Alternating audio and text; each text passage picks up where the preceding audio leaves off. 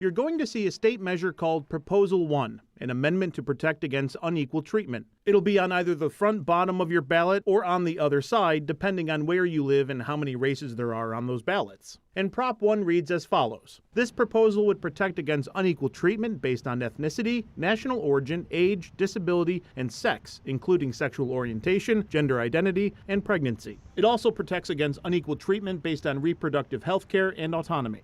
To take a look at Prop 1 from a legal standpoint rather than a hypothetical one, I sought out the Director of Clinical Legal Education at UB Law, Bernadette Gargano, a former law clerk at the Western District of New York, and I've done a good amount of work with civil rights.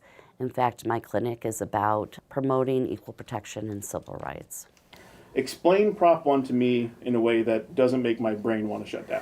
Sure. So Prop 1 adds in protection for based on sex, gender, age discrimination, and ethnicity to our New York Constitution.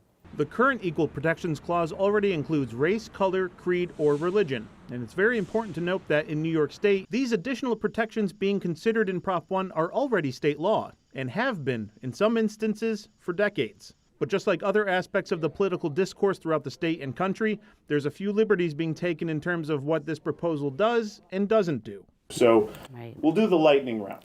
Okay. Does Prop 1 change already existing New York State law? No.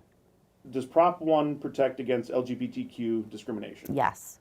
Does Prop 1 change state law in terms of participation in any sports, whether it be college or high school?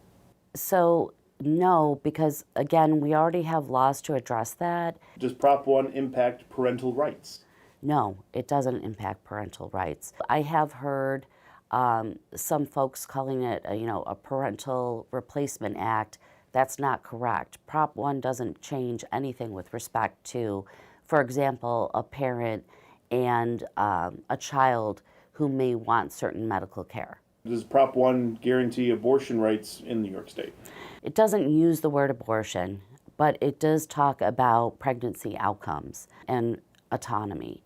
So yes, I would think that would cover abortion. And I think it's sort of an important use of language because as we've seen in other states, that some women are even being prosecuted if they have a miscarriage or they can't get medical treatment if they're miscarrying because doctors are too scared to provide the correct treatment.